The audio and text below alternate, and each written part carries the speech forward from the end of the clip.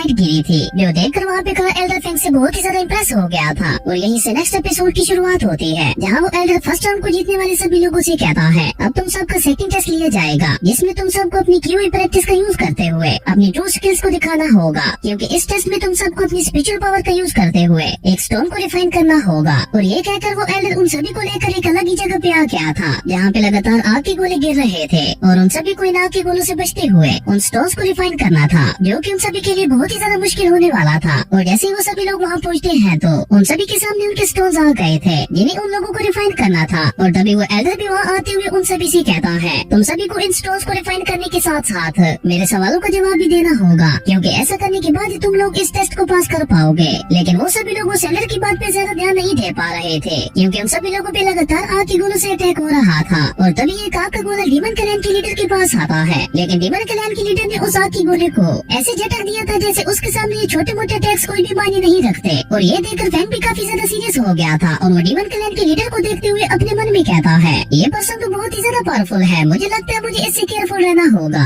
और तभी वो एल्डर कहता है मेरा पहला सवाल ये है कि तुम सभी को इस स्टोन को रिफाइन करने के लिए कितनी ज्यादा फायर की जरूरत पड़ेगी। और ये कहकर वो एल्डर वहाँ पे खड़े एक लड़की की तरफ इशारा करते हुए उससे कहता है तुम बताओ मेरे इस सवाल का क्या जवाब है। जिसपे वो लड़का हड़बड़ाते हुए कहता है 30%, 40%, नहीं 50%। लेकिन उसके ये सभी जवाब गलत थे, इसलिए उस एल्डर ने उस लड़के को इस टेस्ट से बाहर कर दिया था। जो देखकर शेन कहता है ये लड़का कितना ज्यादा बेवकूफ था। और तभी वो एल्डर जिनी की तरफ इशारा करते हुए उससे कहता है तुम बताओ। जिसपे जिनी मासूम सा फेस बनाते हुए उस एल्डर से कहती है आपने कहा इस स्टोन को अपनी एट्रीब्यूट फायर की पावर से रिफाइन करना है, पर मेरे जैसी छोटी सी मासूम लड़की भला ऐसा कैसे कर पाएगी। जिनी की ये बात सुनकर उस एल्डर ने जिनी को भी इस टेस्ट से बाहर निकाल दिया था। जो देखकर ज़ोई को जिनी की बहुत ज्यादा चिंता होती है, और इस हिसाब में वो भी जिनी के साथ साथ इस टेस्ट से बाहर हो गई थी। और तभी वो एल्डर ब्लड रिफाइनिंग क्लैन के एक एल्डर से पूछता है तुम बताओ मेरे इस सवाल का क्या जवाब है। जिसपे वो एल्डर भी कुछ अजीब सा जवाब देता है, इसलिए उसे भी इस टेस्ट से बाहर निकाल दिया गया था। और उन सभी के जवाब सुनकर वो एल्डर गुस्से से कहता है इन सभी को तो की रिफाइनिंग के बेसिक रूल्स के बारे में भी नहीं पता। और ये कहकर वो एल्डर गुस्से से कहता है जिसको भी मेरे सवाल का जवाब नहीं आता वो दफा हो जाए यहाँ से, क्योंकि अब ये टेस्ट और भी ज्यादा मुश्किल होने वाला है। अब तुम सभी को अपनी अपनी की रिफाइनिंग स्पिरिचुअल पावर का यूज करके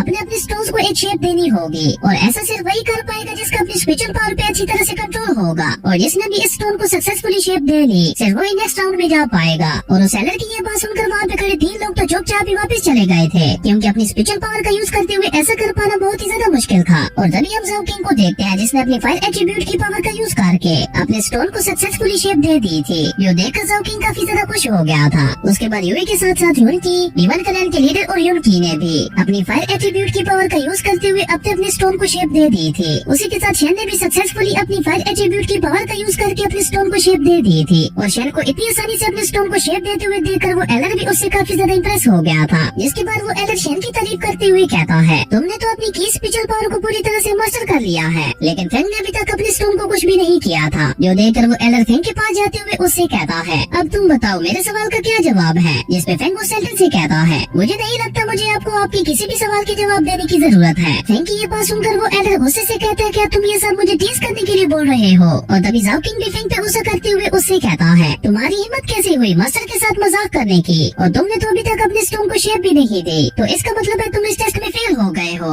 ज़ाओ किंग की ये बात सुनकर फेंग अपने स्पिरिट टावर को बाहर निकालता है, जिसके बाद फेंग अपनी 2 हेवनली फ्लेम्स का यूज करके उस स्टोन को रिफाइन करने लगता है। और फेंग की हेवनली फ्लेम को तो देखकर वो एल्डर बहुत ही ज्यादा हैरान हो गया था, और वो हैरान होते हुए कहता है ये तो रियल हेवनली फ्लेम है। जिसपे फेंग कहता है हाँ बिल्कुल, पर अभी तक ये अपनी इनिशियल स्टेज पे है, इसलिए ये इतनी ज्यादा स्ट्रॉन्ग नहीं है। और ये कहकर फेंग उस एल्डर से कहता है मेरी इस हेवनली फ्लेम को देखकर तो आपको पता लग ही गया होगा कि अगर मैं इस हेवनली फ्लेम को कंट्रोल कर सकता हूँ तो मेरा अपना की हुई स्पेशल पावर पे कंट्रोल तो और भी ज्यादा होगा। और इसलिए मैंने आपके सवाल का कोई भी जवाब नहीं दिया था, क्योंकि मैं आपको ये रियल में करके दिखाना चाहता था। फेंग की ये बात सुनकर वो एल्डर कहता है वंडरफुल, तुम वाकई एक जीनियस हो, और मैंने ये कभी नहीं सोचा था कि इस ट्रायल में आने वाले किसी पार्टिसिपेंट के पास एक साथ 2 हेवनली फ्लेम्स होंगे। इवन आज तक जिस पिक्चर की पैलेस में ऐसा कोई भी नहीं आया जिसके पास एक साथ 2 हेवनली फ्लेम्स हो, और 2 हेवनली फ्लेम्स को एक साथ कंट्रोल कर पाना इम्पॉसिबल माना जाता है। और ये कहकर वो एल्डर हंसते हुए फेंग से कहता है यंग मैन तुम ये राउंड भी जीत गए हो। उस एल्डर की ये बात सुनकर जाओ किंग पे एक झटका लगता है और वो नीचे गिरते हुए कहते हैं नहीं ऐसा नहीं हो सकता।